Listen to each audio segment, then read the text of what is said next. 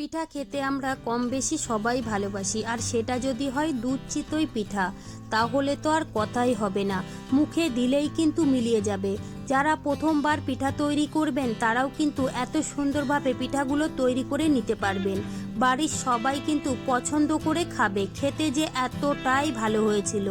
চলুন তাহলে শুরু করা যাক। এখানে নিয়েছি আমি 1 বাটি আতপ চাল, 5 থেকে 6 ঘন্টা আগে আমি ভিজিয়ে রেখেছিলাম। এবার আমি ভালো করে ধুয়ে নেব। তারপরে কিন্তু একটা মিক্সারের বাটিতে নিয়ে নিতে হবে।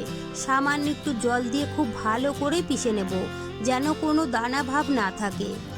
এবার একটা বাটির মধ্যে ঢেলে নিলাম। দেখুন বন্ধুরা, খুবই মিহি করে পিষে নিয়েছি, আপনারা কিন্তু দেখেই বুঝতে পাচ্ছেন। এবার দিয়ে দেবো আমি 2 চামচ ময়দা। এই ময়দাটা দেওয়ার কারণে পিঠাগুলো কিন্তু অনেকটাই নরম হবে আর খেতেও ভীষণ ভালো লাগবে। দিয়ে দিলাম সামান্য একটু লবণ, তারপরে কিন্তু ভালো করে মিশিয়ে নিলাম। এবার দিয়ে দেবো সামান্য একটু নারকেল কোড়ানো। আমি এখানে ব্যাটারের মধ্যে দিয়েছি, তোমরা চাইলে কিন্তু দুধের মালাইয়ের মধ্যেও দিতে পারো, তাহলেও কিন্তু খেতে ভীষণ ভালো লাগবে। এবার দিয়ে দেবো জল। বন্ধুরা, এখানে আমি কুসুম গরম জল নিয়েছি, এখানে কিন্তু আমার 1 গ্লাস জল লেগেছে। এবার দিয়ে দেবো আমি এখানে 1/2 চামচ বেকিং পাউডার, এখানে কিন্তু বেকিং সোডা দেওয়া যাবে না।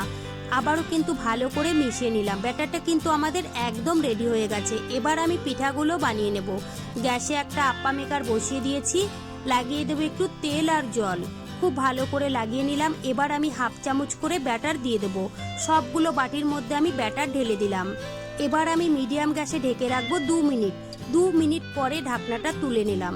দেখুন বন্ধুরা, পিঠাগুলো কতটা সুন্দরভাবে রেডি হয়েছে, আপনারা কিন্তু দেখেই বুঝতে পাচ্ছেন একটা পিঠাও কিন্তু পুড়ে যায়নি।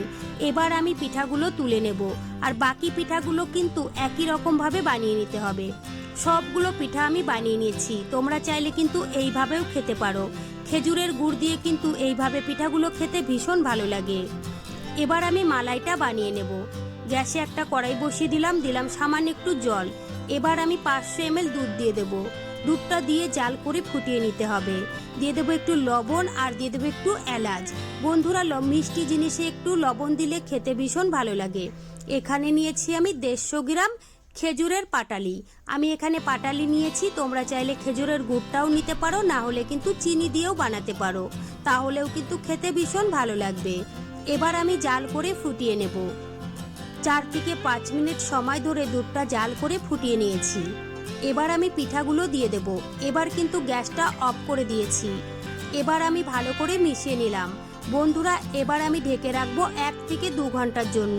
তোমরা চাইলে কিন্তু সারা দিন বা সারা রাতের জন্যও ঢেকে রাখতে পারো। 2 ঘন্টা হয়ে গেছে, এবার আমি ঢাকনাটা তুলে নিলাম। তারপরে কিন্তু একটা প্লেটে তুলে নেব। দেখুন বন্ধুরা, দেখতে কতটা সুন্দর লাগছে, খেতেও কিন্তু ভীষণ ভালো হয়েছিল, মুখে দিলেই কিন্তু মিলিয়ে যাবে। একটা পিঠা আমি ভেঙেও দেখিয়ে দেব ভিতরটা কতটা নরম তুলতুলে জালিদার হয়েছে। বন্ধুরা, একবার হলেও কিন্তু এইভাবে দুধ চিতই পিঠা বানিয়ে খেয়ে দেখবেন, বাড়ির সবাই কিন্তু পছন্দ করে খাবে। আর বাড়িতে বানালে কমেন্টে জানাতে ভুলবেন না খেয়ে আপনাদের কেমন লেগেছে। আর ভালো লাগলে বন্ধুদের সঙ্গে শেয়ার করে দেবেন। চলুন তাহলে ভিডিওটি আমি এখানেই শেষ করছি। আপনারা সবাই ভালো থাকবেন, সুস্থ থাকবেন, আবারও দেখা হবে নতুন রেসিপি নিয়ে।